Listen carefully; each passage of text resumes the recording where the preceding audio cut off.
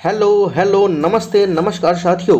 तो फिर से आपका इस नए वीडियो में तहे दिल से स्वागत है। तो हम आपको इस वीडियो में बताने वाले हैं सामान्य विज्ञान से संबंधित बहुत ही अच्छे क्वेश्चन, बहुत ही वीवीआई प्रश्न हम आपको इस वीडियो में लेकर के आए हैं। जो सेट पेपर यहाँ पर हम 32 आपको करवाने जा रहे हैं, जो कि बहुत ही इम्पोर्टेंट है परीक्षा के दृष्टिकोण से दोस्तों।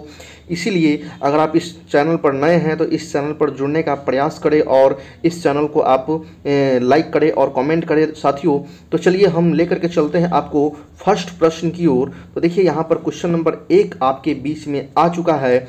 तो हम पढ़ते हैं इस क्वेश्चन को। क्या लिखा हुआ है कि ऑक्सीजन की उपस्थिति में सुक्रोज का CO2 एवं जल में ऊर्जा निर्मुक्त होने के साथ पूर्ण रूपांतरण होने को कहते हैं। तो ये क्या कहलाता है साथियों? तो यह कहलाता है वायु शोषण। क्या कहलाता है? तो ये वायु शोषण। तो ए इज द राइट आंसर। इस प्रश्न का सही जवाब आपको यहाँ पर मिल चुका है दोस्तों।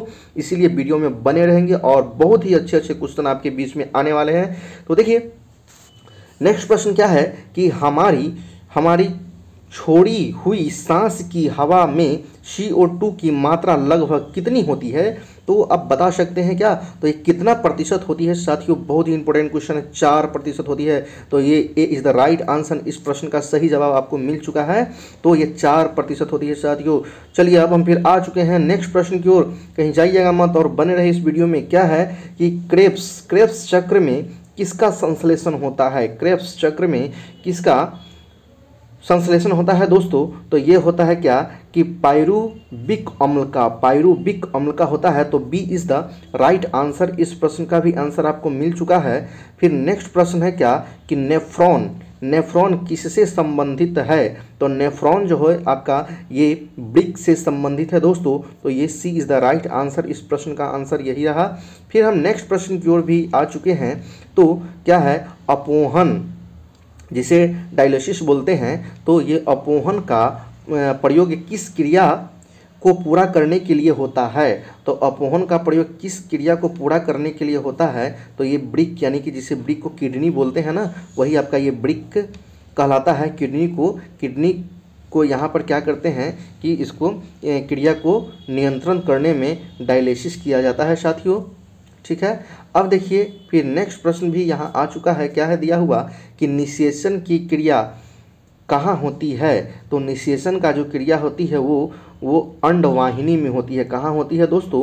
तो अंडवाहिनी में होती है। तो B is the right answer. इस प्रश्न का सही जवाब क्या हुआ?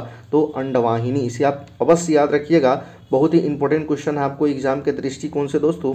फिर है क्या कि गर्भाशय में शिशु के विकास की जानकारी हेतु किसका प्रयोग किया जाता है? देखिए गर्भाशय में शिशु के विकास की जानकारी हेतु किसका प्रयोग किया जाता है? तो यह प्रयोग किया जाता है किसका? तो अल्ट्रासाउंड। किसका? तो एक्सरे, गामा किरण, अल्ट्रावायलेट किरणों, इस सब का प्रयोग नहीं होता है। यहाँ पर प्रयोग किसका किया जाता है? अल्ट्रासाउंड के माध्यम से ही वो पेट का अल्ट्रासाउंड होता है मशीन के माध्यम से। तो उसी में पता चलता है कि कोई भी महिला गर्भवती है या नहीं है। तो ये अल्ट्रासाउंड के माध्यम से पता चलता है दोस्तों। फिर है नेक्स्ट प्रश्न की ओर आ चुके हैं। तो क्या दिया हुआ है यहाँ पर कि भ्रूण के विकास के लिए निम्नलिखित में से किस अंग के द्वारा खाद्य की पूर्ति की जाती है? भ्रूण के विकास के लिए निम्नलिखित में से किस अंग के द्वारा खाद्य की क्या की जाती है? तो पूर्ति की जाती है। तो ये भ्रूण नाल का यहाँ पर पूर्ति की जाती है दोस्तों। अगला क्वेश्चन है स्त्रियों की नसबंदी को कहा जाता है? तो देखिए स्त्री की जो नसबंदी होती है उसे कहा जाता है ट्यूबेक्टोमी। ऑप्शन नंबर बी में दिया हुआ है क्या? ट्यूबेक्टोमी होगा। इस प्रश्न का सही जवाब क्या हो जाएगा? इसे आप याद रखेंगे। बायोलॉजिकल टर्म में थोड़ा सा ये जो शब्द होता है थोड़ा सा डिफिकल्ट होता है, बड़ा टर्म होता है, बड़ा शब्द होता है। इसीलिए आप इसे बार बार पढ़ेंगे तो आपको याद हो जाएगा क्या? ट्यूबेक्टोमी। इसे आप ध्यान रखिएगा दोस्तों। फिर हम बढ़ते हैं अगले प्रश्न की ओर। देखिए बहुत ही इंटरेस्टेड क्वेश्चन आपको हम यहाँ पर लेकर के आए हुए हैं। क्या निम्नलिखित में से कौन सा निम्नलिखित में से कौन एक ग्रंथि नहीं है? तो कौन है जो एक ग्रंथि नहीं है? तो जठर। क्या? तो ये जठर जो है एक ग्रंथि नहीं कहलाता है। तो ये हो गया B is the right answer दोस्तों। चलिए अब हम फिर बढ़ते हैं अगले प्रश्न की ओर। है क्या कि मानव शरीर की किस ग्रंथि को मास्टर ग्रंथि कहा जाता है? बहुत वेरी वेरी इंपॉर्टेंट क्वेश्चन है, ये बार बार एग्जाम में रिपीट करता है इस क्वेश्चन को साथियों, इसीलिए आप इसे रट जाइए, याद कर लीजिए। तो पीयूष कौन सा ग्रंथि को? तो पीयूष ग्रंथि को क्या कहते हैं? तो मास्टर ग्रंथि कहा जाता है दोस्तों।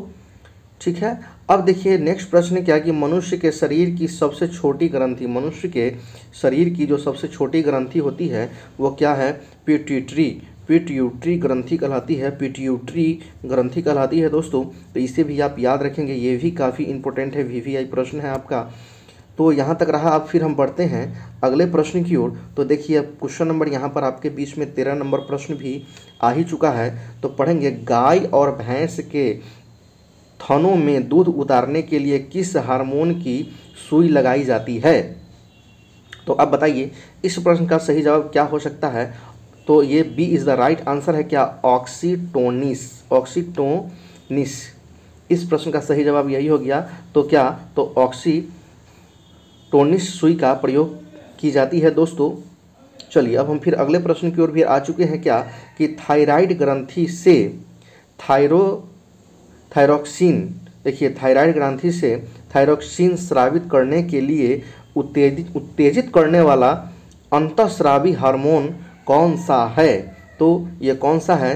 तो ये हो गया TSH। क्या है? ऑप्शन नंबर ए में दिया हुआ है क्या? TSH है साथियों। तो ये आपका आंसर मिल चुका है। अब हम फिर अगले प्रश्न की ओर भी प्रस्थान कर चुके हैं। तो निम्नलिखित में से किसकी कुसंक्रिया के कारण मानव शरीर में मिक्सीडीमा होता है? देखिए मिक्सीडीमा होता है, तो ये किसके कारण होता है मानव शरीर में? तो यह जो होता है ये अवट्टू ग्रंथि, ये ऑप्शन नंबर डी में क्या? अवट्टू ग्रंथि के कारण। तो D is the right answer. इस प्रश्न का आंसर यही रहा। फिर है अगले प्रश्न, क्या निम्नलिखित हार्मोनों में से किसमें आयोडीन होता है? तो कौन सा ऐसा हार्मोन है जिसमें आयोडीन होता है दोस्तों? तो ये होता है थायरोक्सिन में। किसमें? तो थायरोक्सिन में होता है। तो A is the right answer. इस प्रश्न का आंसर मिल चुका है आपको। फिर है नेक्स्ट प्रश्न, क्या है निम्न में से कौन सी एक अंतःस्रावी ग्रंथि पीयूष ग्रंथि से स्वतंत्र कार्य कर सकती है? तो पीयूष ग्रंथि से स्वतंत्र कार्य कर सकती है। तो किससे? परावट्टू। क्या है? तो ये परावट्टू ग्रंथि से ये स्वतंत्र काम कर सकती है साथियों। तो इस प्रश्न का यही आंसर रहा। अब हम बढ़ते हैं अगले प्रश्न की ओर। तो रक्त दाब का नियंत्रण कौन करता है? तो रक्त दाब का जो नियंत्रण करता है वह कौन करता है? तो ये करता है अधिवृक्क, अधिवृक्क। ये इस प्रश्न का सही जवाब क्या हो गया? तो ये हो गया अधिवृक्क साथियों। चलिए अब हम फिर अगले प्रश्न की ओर भी प्रस्थान कर चुके हैं। तो क्या है कि जीवन रक्षक हार्मोन किस ग्रंथि से स्रावित होते हैं? तो जीवन रक्षण हार्मोन किस ग्रंथि से स्रावित होते हैं? तो एड्रिनल। किससे? तो एड्रिनल से स्रावित होते हैं दोस्तों। तो इस प्रश्न का आंसर हो गया ये A is the right answer. फिर है नेक्स्ट प्रश्न है क्या कि इंसुलिन है एक प्रकार का, इंसुलिन है एक प्रकार का क्या है? तो ये हार्मोन है। क्या है? तो इंसुलिन एक प्रकार का क्या है? तो हार्मोन है साथियों। फिर नेक्स्ट प्रश्न की ओर हम आ चुके हैं। तो अगला क्वेश्चन है क्या दिया हुआ कि प्रकाश वर्ष किसका इकाई है? तो प्रकाश वर्ष जो है वो किसका इकाई है? तो दूरी का। तो A is the right answer हो गया। प्रकाश वर्ष जो है ये दूरी का इकाई है। तो A is the right answer साथियों। फिर देखिए नेक्स्ट प्रश्न की ओर हम आ चुके हैं। निम्नलिखित में से कौन सा एक हार्मोन है? निम्नलिखित में से कौन सा एक क्या है? तो हार्मोन है। तो इस प्रश्न का सही आंसर होगा क्या? इंसुलिन। क्या है? तो ये इंसुलिन है। Option number C is the right answer. ठीक है ना। फिर देखिए नेक्स्ट प्रश्न की हम आ चुके हैं। तो क्या है कि कौन सी ग्रंथि इंसुलिन निस्सारण के लिए उत्तरदायी है? तो देखिए तो कौन सी ऐसी ग्रंथि है जो निस्सारण के लिए क्या है कि उत्तरदायी है? तो इस प्रश्न का आंसर हो जाएगा क्या? अग्नाशय। तो option number D is the right answer. क्या हो जाएगा? तो ये हो गया अग्नाशय। ठीक है। अब हम बढ़ते हैं फिर अगले प्रश्न की ओर। तो देखिए आपका यहाँ पर ये 24 नंबर भी क्वेश्चन आ ही चुका है। तो अब बताइए प्रश्न संख्या 24 का सही जवाब क्या होना चाहिए? तो ये दिया हुआ है क्या चीज़ की आँख के किस भाग पर वस्तु का प्रतिबिंब बनता है? तो आँख के किस भाग पर वस्तु का क्या बनता है? तो प्रतिबिंब बनता है, तो रेटिना पर। तो D is the right answer साथियों, ये रेटिना पर बनता है। ठीक है, अब देखिए, अब हम फिर अगले प्रश्न की ओर भी बढ़ चुके हैं। तो क्या दिया हुआ है कि मानव नेत्र में उपस्थित रेटिना में रंगों में विभेद के लिए उपस्थित होते हैं। तो ये क्या उपस्थित होते हैं? तो कॉन्स। क्या? तो option number A is the right answer, cons उपस्थित होते हैं दोस्तों। फिर हम बढ़ते हैं अगले प्रश्न की ओर। देखिए अगला प्रश्न है, क्या दिया हुआ, ये आ चुका है आपके स्क्रीन पर। आइरिस का क्या कार्य है? देखिए आइरिस का क्या कार्य है, यही आपसे पूछ रहा है। तो इसका कार्य है क्या कि पुतली के आकार को नियंत्रित करना।